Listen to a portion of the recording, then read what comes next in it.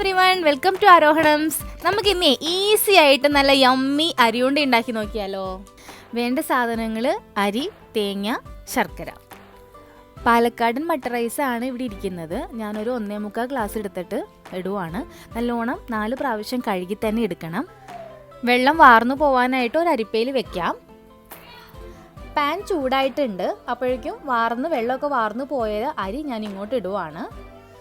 ചെറു തീയിൽ തന്നെ ഇത് ചെയ്തെടുക്കണം, അല്ലെങ്കിൽ ചില അരി പൊട്ടി പെട്ടെന്ന് കരിഞ്ഞു പോകാൻ സാധ്യതയുണ്ട്. അപ്പോൾ അതിയെ ഇളക്കി ഒരു 15 മിനിറ്റോളം ഞാൻ ചെയ്തു എന്ന് വിചാരിക്കുന്നു. ഇങ്ങനെ കണ്ടോ, ഇപ്പോൾ റൈസ് മാറി തുടങ്ങി. പക്ഷെ എന്നാലും ചില റൈസൊന്നും ഇപ്പോഴും പൊട്ടാനുണ്ട്. ടക്ക് ടക്ക് നൊച്ച വെക്കാം. ഇനി ഇത് കുറച്ച് നേരം കൂടെ ഒരു 4 മിനിറ്റ് കൂടെ കഴിഞ്ഞിട്ടുണ്ട്. അപ്പോൾ നോക്കിയപ്പോൾ ശരിക്കും എല്ലാ റൈസും നല്ലോണം വറന്ന് കിട്ടിയിട്ടുണ്ട്. നമുക്ക് ഇനി ഇതൊരു വേറെ പാത്രത്തിലേക്ക് ആകാം. ഓൾറെഡി നല്ലോണം വറന്നതാണ്. അപ്പോൾ ആ ചട്ടിയിലെ ചൂടുകൊണ്ട് ഇനി ആവണ്ടെന്ന് വെച്ചിട്ടാണ്. ഇതിൻ്റെ ചൂടൊന്ന് ആറുമ്പോഴേക്കേ നമുക്ക് എടുത്ത് വെച്ചിരിക്കുന്ന തേങ്ങയുടെ വെള്ളം ഒന്ന് കളഞ്ഞെടുക്കാം. പെട്ടെന്ന് ചീത്തായി പോകാതിരിക്കാൻ വേണ്ടിയിട്ടാണ് കേട്ടോ. അത് തേങ്ങ ചീത്താവില്ലേ. ചെറുതായിട്ടൊന്ന് ചൂടായപ്പോൾ ഞാനൊരു 1/2 സ്പൂൺ നെയ്യ് ഇടുവാണ്.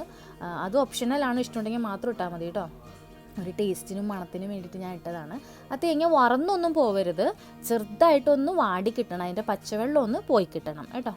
ഇതെടുത്ത് മാറ്റി വെക്കാം. ഇനി ഇതിപ്പോൾ ഒരു കഷ്ണം ശർക്കര ഉണ്ട്, 300 ഗ്രാം ഉണ്ടാവും. നമുക്ക് 250 മതിയാവും. ഒന്ന് തല്ലിപ്പൊടിച്ച് ഒച്ചിരി വെള്ളം ഒഴിച്ചിട്ട് ഞാനൊന്ന് തിളപ്പിക്കാൻ വെക്കുവാണ്. നല്ലോണം അലിഞ്ഞ് കിട്ടണം. ഇത് നല്ലോണം ആവണം. കണ്ടോ, ഇതിപ്പോൾ ഫോം ആയിട്ടുണ്ട്. അധികം കരിയിക്കരുത്. അതിൽ ഞാൻ ഓഫ് ചെയ്യുവാണ്. ഈ ഒരു പാകത്തിന് ചൂടാറട്ടെ കേട്ടോ.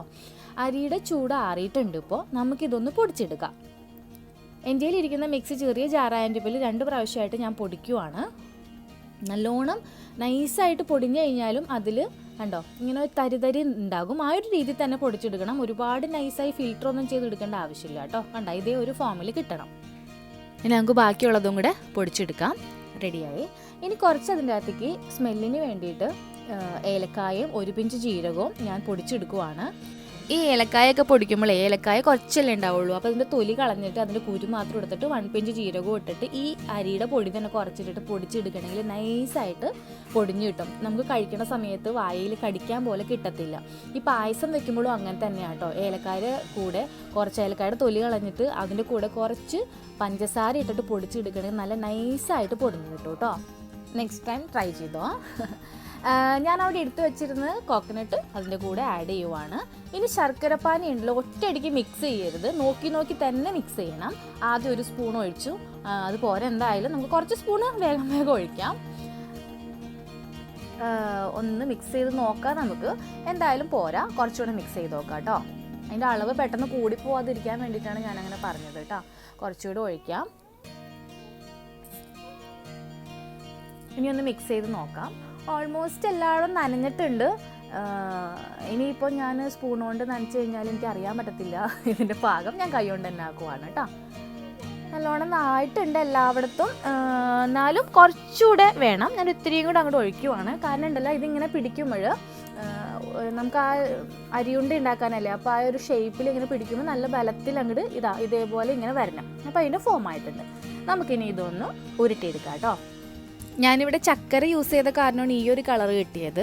വേറെ ശർക്കരയാണ് യൂസ് ചെയ്യണമെങ്കിൽ ഒരു വൈറ്റിഷ് കളർ പോലെ നിങ്ങൾക്ക് കിട്ടും കേട്ടോ. കണ്ടോ, നല്ല ഷേപ്പായി വന്നില്ലേ ഇപ്പോൾ. ഇനി ബാക്കി ഇരിക്കുന്നത് 1 സ്പൂണും കൂടെ ഉള്ളൂ. അത് വേണേൽ നമുക്ക് വേറെ എന്തെങ്കിലും അടുത്ത ദിവസം യൂസ് ചെയ്യാം. ഇതുപോലത്തെ ഒരു 15 എണ്ണം എനിക്ക് കിട്ടിയിട്ടുണ്ട്. കണ്ടോ, എൻ്റെ എല്ലാവരും ഉണ്ടാക്കി കഴിഞ്ഞു. നല്ല സൂപ്പർ യമ്മി ഈസി ആയിട്ട് നമുക്ക് ഉണ്ടാക്കാൻ പറ്റുന്ന ഒരു അരിയുണ്ടയാണിത്. നിങ്ങളെല്ലാവരും ട്രൈ ചെയ്ത് നോക്കണം. എല്ലാവർക്കും ഇഷ്ടമായെന്ന് കരുതുന്നു. എൻ്റെ ചാനൽ ആദ്യമായിട്ട് കാണുന്നവർ എന്തായാലും എന്നെ സബ്സ്ക്രൈബ് ചെയ്ത് സപ്പോർട്ട് ചെയ്യണം. Thank you.